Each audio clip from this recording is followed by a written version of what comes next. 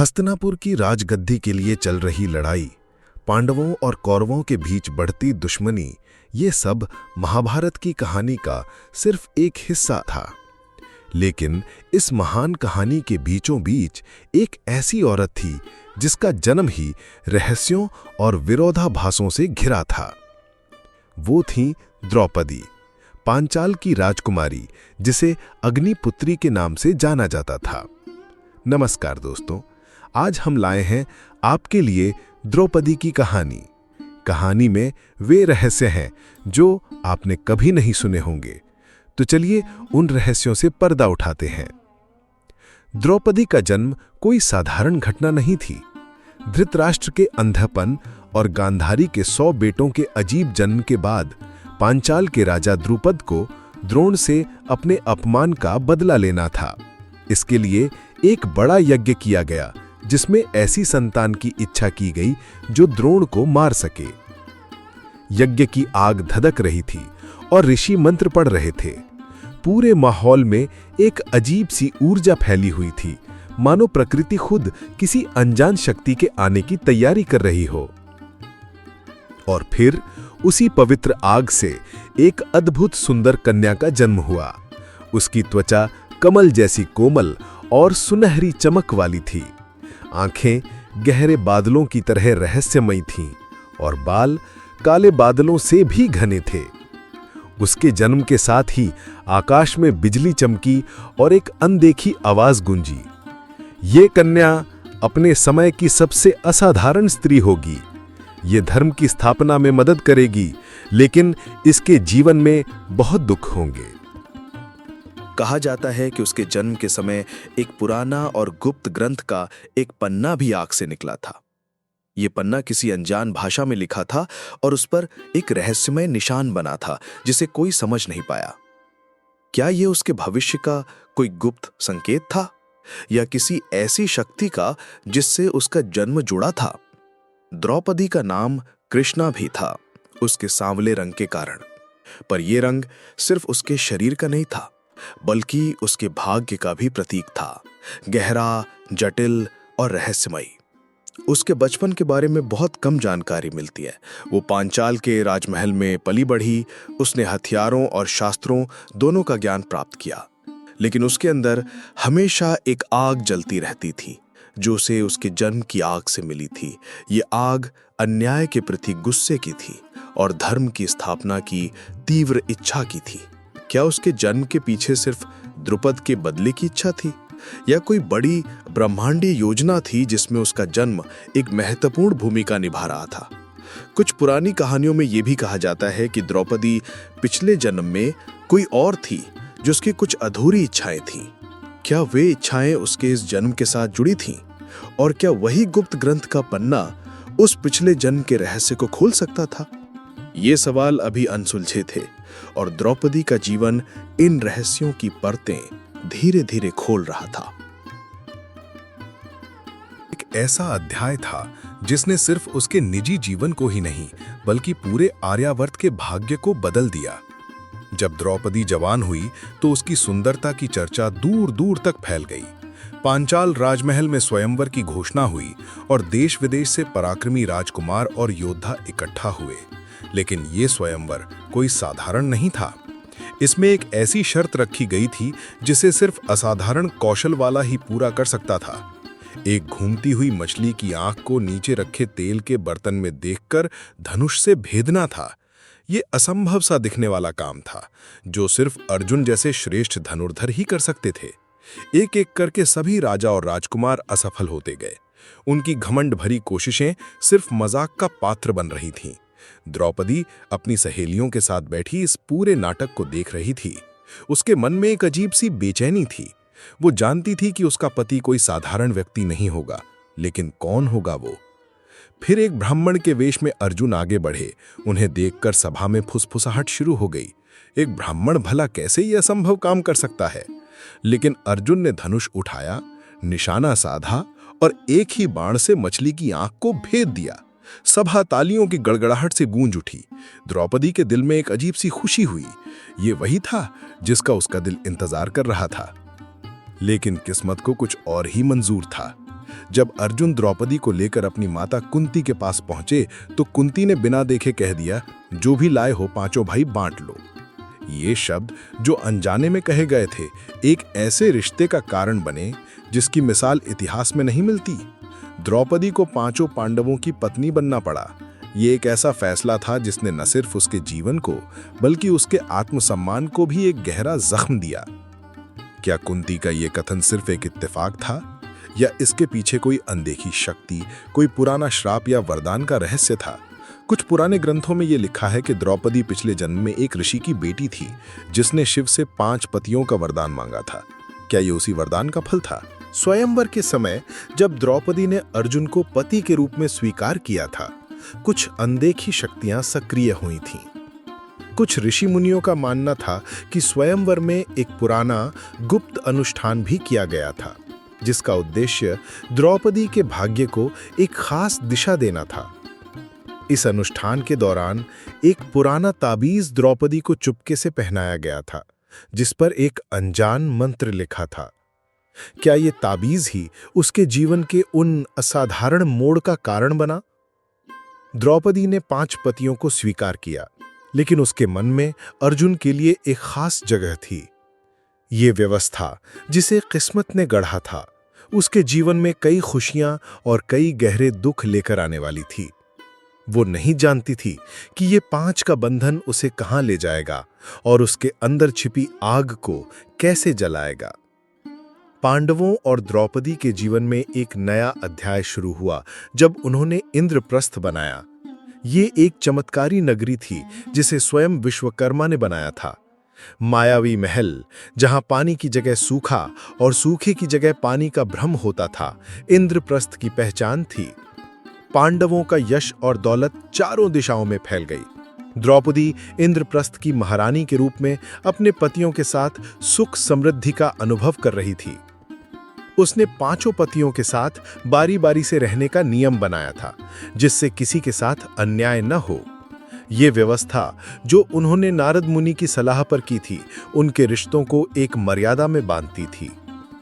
द्रौपदी ने अपनी समझदारी, साहस और दूरदर्शिता से राजकाज में भी महत्वपूर्ण भूमिका निभाई। वो सिर्फ एक रानी नहीं थी, बल्कि एक सलाहकार और मार्गदर्शक भी थीं। एक अनदेखी दरार धीरे धीरे बढ़ रही थी। पांडवों की दौलत और द्रौपदी की सुंदरता की चर्चा हस्तिनापुर तक पहुंच चुकी थी, जहां दुर्योधन और उसके मामा शकुनी की ईर्ष्या की आग धधक रही थी। दुर्योधन पांडवों की बढ़ती शक्ति से डरा हुआ और परेशान था।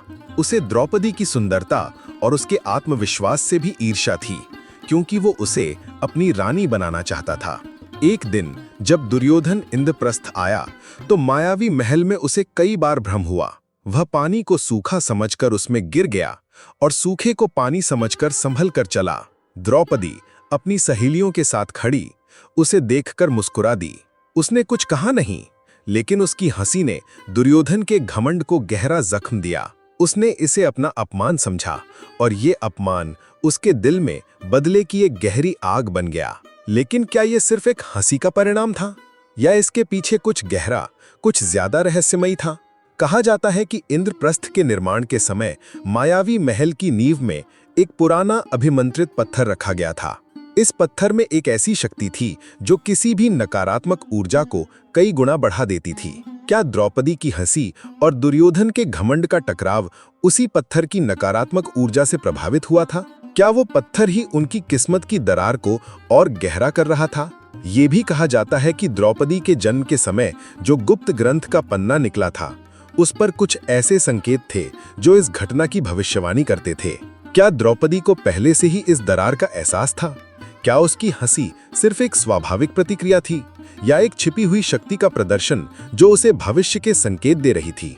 इंद्रप्रस्थ की समृद्धि एक चमकता हुआ आवरण थी जिसके नीचे ईर्ष्या, बदला और किस्मत की गहरी साजिशें बुनी जा रही थीं। द्रौपदी को अभी ये नहीं पता था कि ये दरार कितनी गहरी होने वाली है और उसे किन-किन अग्नि परीक्षाओं से गुजरना पड़ेगा। दुर्योधन और शकुनी ने एक सोची समझी चाल चली थी जिसका उद्देश्य पांडवों को सब कुछ छीन लेना था। द्रौपदी ने युधिष्ठिर को रोकने की बहुत कोशिश की, लेकिन उसके सारे प्रयास बेकार गए। खेल शुरू हुआ। शकुनी के पासे, जो एक रहस्यमयी शक्ति से कंट्रोल होते थे, हमेशा दुर्योधन के पक्ष में ही गिनते थे। एक एक करके युधिष्ठिर सब कुछ हारते गए, अपना राज्य, अपनी दौलत, अपने भाई और आखिर में खुद को भी। सभा में सन्नाटा पसरा हुआ था। सिर्फ शकुनी की चालाक हंसी और पांसों की आवाज गूंज रही थी। द्रौपदी अपने महल में बेचैन थी। उसे एहसास हो रहा था कि कुछ बहुत बुरा हो रहा है। जब युधिष्ठिर ने सब कुछ हार दिया तो शकुनी ने दुर्योधन को उकसाया, अभी भी एक चीज बची है, द्रौपदी, उसे भी दांव पर लगा दो। ये सुनकर सभा में हड़कंप मच गया। भीष्म, द्रोण और विदुर जैसे ज्ञानी लोग हैरान रह गए, लेकिन किसी में भी दुर्योधन को रोकने का साहस नहीं था। युधिष्ठिर धर्म संकट में पड़े, बिना सोचे समझे द्रौपदी को भी दांव पर लगा दिया और उससे भी हार गए। दुर्योधन ने अपने भाई दुशासन को द्रौपदी को सभा में खींच लाने का आदेश दिया। दुशासन द्रौपदी के पास पहुंचा, उसे बालों से पकड़कर घसीटता हुआ भरी सभा में ले आया। द्रौपदी की चीखें महल की दीवारों से टकराकर वापस लौट गईं। भरी सभा में जहां बड़े बड़े योद्धा और धर्मात्मा बैठे थे, उसके साथ ये घिनौना व्यवहार किया जा रहा था। उसने अपने पतियों से, भीष्म से, द्रोण से, विदुर से मदद मांगी, लेकिन सब चुप थे। उनका मौन द्रौपदी के दिल को 1000 जख्मों से भी ज्यादा दर्द दे रहा था। लेकिन क्या ये सब सिर्फ दुर्योधन की क्रूरता और शकुनी की चाल का परिणाम था, या इसके पीछे कोई अनदेखा पुराना श्राप का रहस्य था? कुछ पौराणिक कहानियों में लिखा है कि द्रौपदी पिछले जन्म में एक अप्सरा थी, जिसने एक ऋषि का अपमान किया था। ऋषि ने उसे श्राप दिया था कि उसे अपने जीवन में कभी भी सुख शांति नहीं मिलेगी और उसे भरी सभा में अपमानित होना पड़ेगा। क्या ये उसी श्राप का फल था? ये भी कहा जाता है कि चौसर के खेल के दौरान एक रहस्यमयी काली ऊर्जा पूरे सभा भवन में फैल गई थी। ये ऊर्जा इतनी शक्तिशाली थी कि इसने सभी के विवेक को कमजोर कर दिया था और उन्हें गलत फैसले लेने पर मजबूर कर रही थी। क्या ये वही नकारात्मक ऊर्जा थी जो इंद्रप्रस्थ के महल की नींव में रखे पत्थर से पैदा हुई थी और अब यहां अपने चरम पर थी, या किसी और अनदेखी शक्ति का दखल था? स्त्री का अपमान नहीं था, बल्कि धर्म का, न्याय का और मानवीय मूल्यों का अपमान था। ये घटना महाभारत के युद्ध की नींव बनी और द्रौपदी के जीवन में एक ऐसा मोड़ लेकर आई जिसने उसे और भी मजबूत और बदले से भर दिया। उसे अभी ये नहीं पता था कि इस अपमान का बदला लेने के लिए उसे कितना लंबा इंतजार करना पड़ेगा और कौन सी शक्तियां उसके साथ खड़ी होंगी। भरी सभा में जब द्रौपदी को कपड़े उतारने की कोशिश की गई तो समय थम सा गया।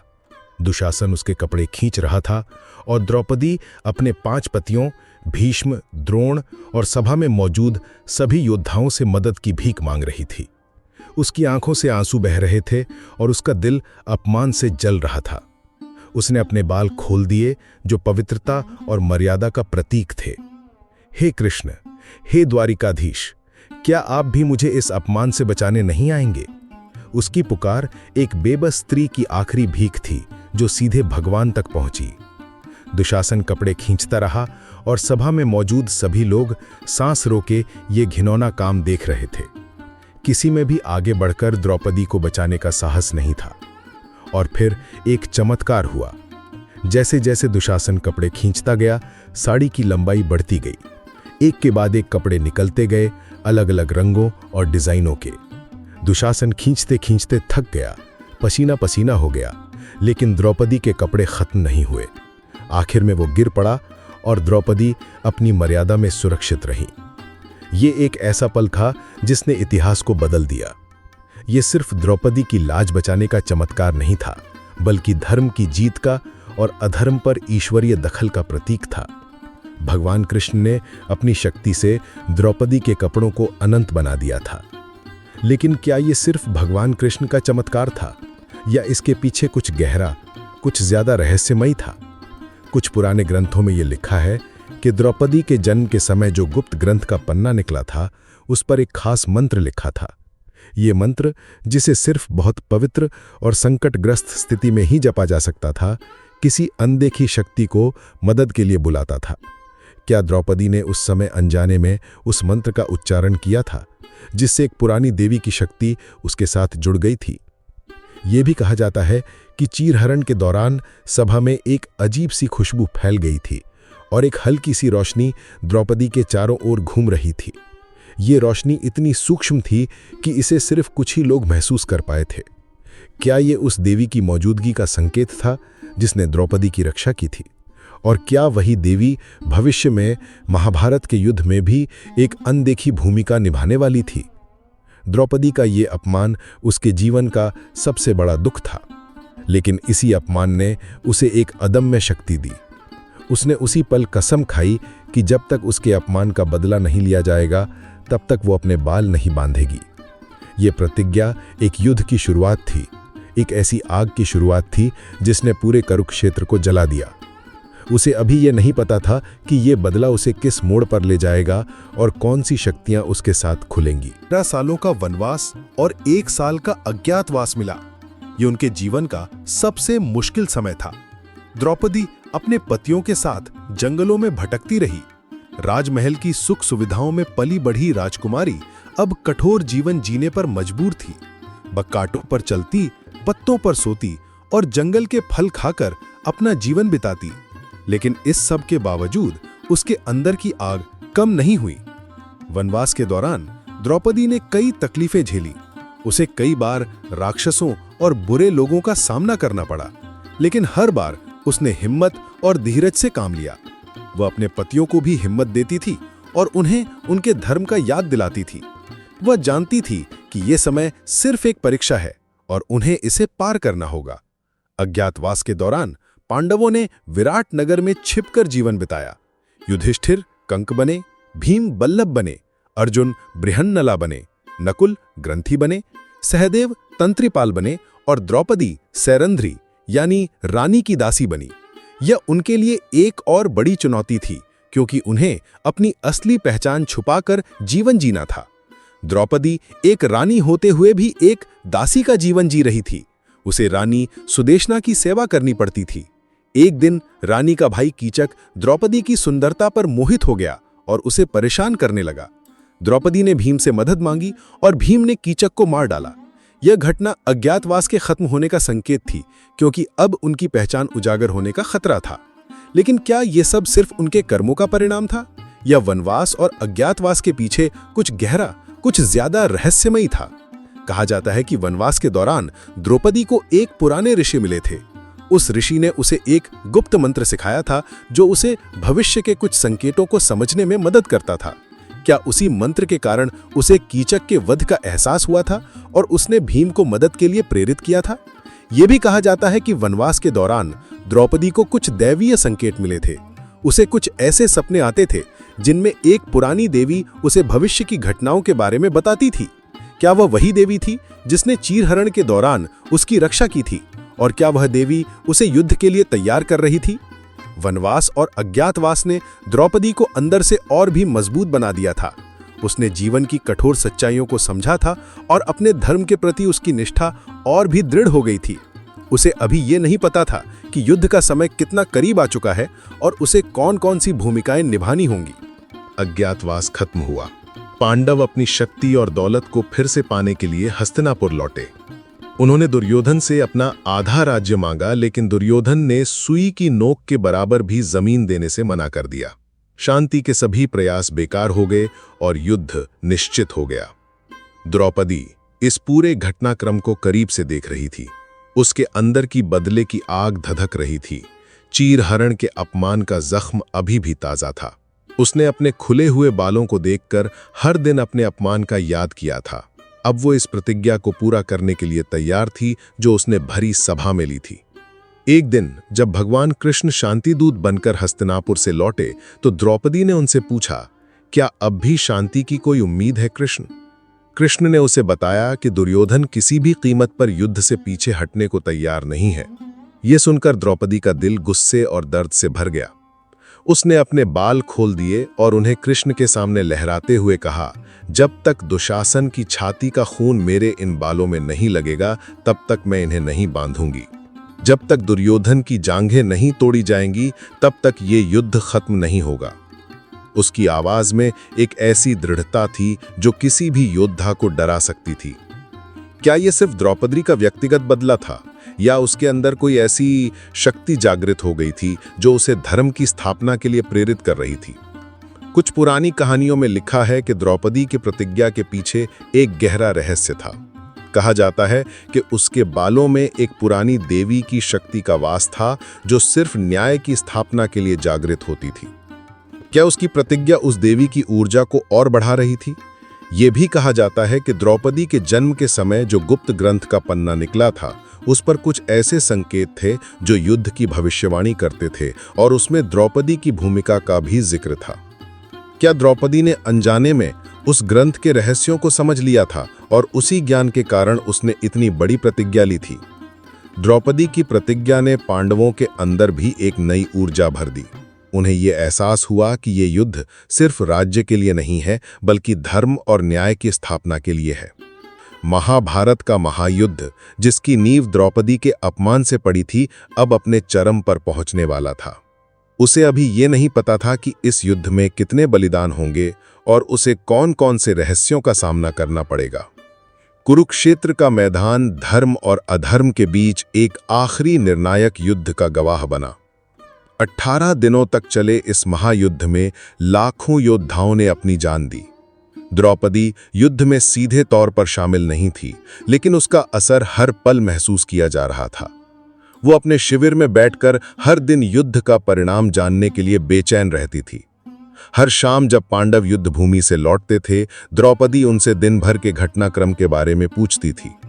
वो अपने पतियों को प्रेरणा देती थी और उन्हें धर्म के रास्ते पर चलने के लिए उत्साहित करती थी। उसके अंदर की आग, जिसने चीर हरण के समय ज्वाला का रूप लिया था, अब भी धधक रही थी। उनको मार डाला और उसकी छाती का खून लाकर द्रौपदी के बालों में लगाया। द्रौपदी ने अपने बालों को बांधा और उसके चेहरे पर एक अजीब सी शांति दिखाई दी।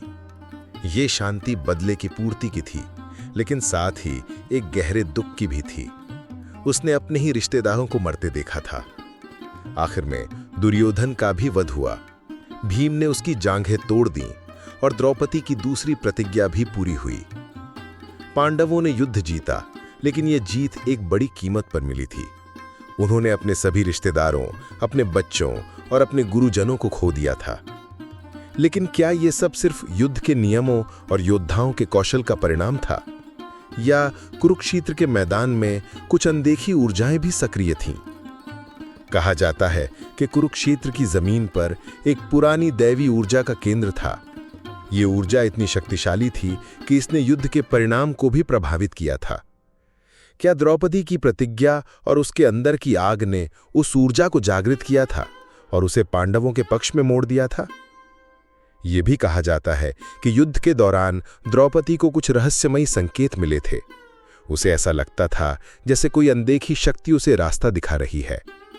क्या ये वही देवी थी जिसने चीर हरण के दौरान उसकी रक्षा की थी और अब युद्ध में भी पांडवों की मदद कर रही थी? क्या वही गुप्त ग्रंथ का पन्ना जो उसके जन्म के समय निकला था, युद्ध के दौरान भी एक अनदेखी भूमिका निभा रहा था? युद्ध खत्म हुआ, लेकिन द्रौपदी के दिल में एक गहरा खालीपन था। उसने अपने बच्चों को खो दिया था। उसकी सारी खुशियां छिन गई थीं। उसने बदला तो ले लिया था, लेकिन इस बदले की कीमत बहुत भारी थी। उसे अभी ये नहीं पता था कि उसके जीवन के आखिरी पलों में कौन से रहस्य उजागर होंगे और उसका असली रूप क्या था। महाभारत के युद्ध के बाद पांडवों ने बहुत सालों तक हस्तिनापुर पर राज किया। द्रौपदी अब एक अनुभवी और समझदार महारानी थी। उसने अपने जीवन में कई उतार चढ़ाव देखे थे और उन सभी अनुभवों ने उसे और भी मजबूत बना दिया था। लेकिन उसके अंदर एक अजीब सी बेचैनी थी। वो जानती थी कि उसके जीवन का मकसद अभी भी पूरी तरह से पूरा नहीं हुआ है। एक दिन जब युधिष्ठिर ने संन्यास लेने का फैसला किया, तो द्रौपदी और दूसरे पांडव भी उनके साथ महाप्रयाण के लिए निकल पड़े। वे स्वर्ग की यात्रा पर निकल पड़े, हिमालय की मुश्किल चोटियों को पार करते हुए। एक एक करके पांडव गिरते गए अपने अपने कर्मों के कारण। द्रौपदी भी उनके साथ चल रही थी, लेकिन उसके अंदर एक अजीब सी शांति थी। जब द्रौपदी गिरी तो भीम ने युधिष्ठिर से पूछा, द्रौपदी इतनी धर्मपरायण थी, फिर वो क्यों गिर गई?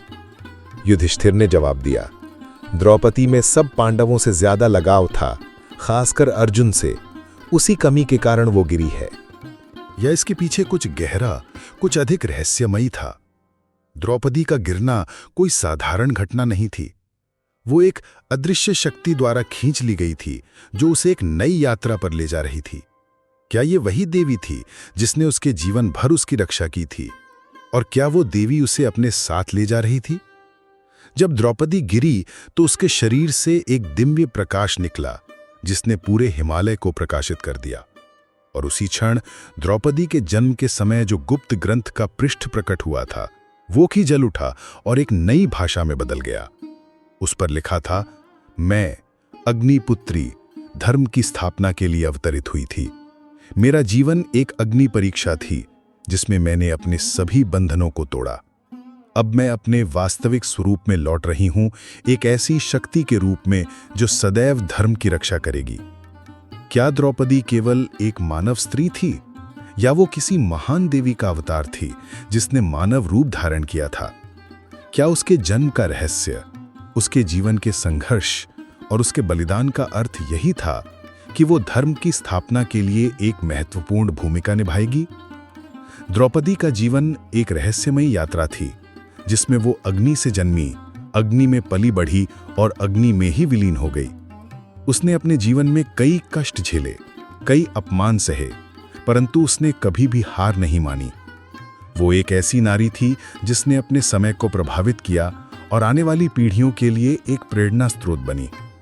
उसके जीवन का रहस्य आज भी अनसुलझा है और उसकी कहानी हमें ये सोचने पर मजबूर करती है कि क्या हम वास्तव में अपने भाग्य के स्वामी हैं या कोई अदृश्य शक्ति हमें नियंत्रित करती है। आपको ये कहानी कैसी लगी हमें कमेंट में बताएं। आपका जन्मदिन, सालगिरह या कोई यादगार लम्हा कमेंट में लिखिए, हम उसे अपनी वीडियो में शामिल करेंगे। जल्द मिलते हैं आपसे एक नई कहानी के साथ। तब तक के लिए नमस्कार दोस्तों।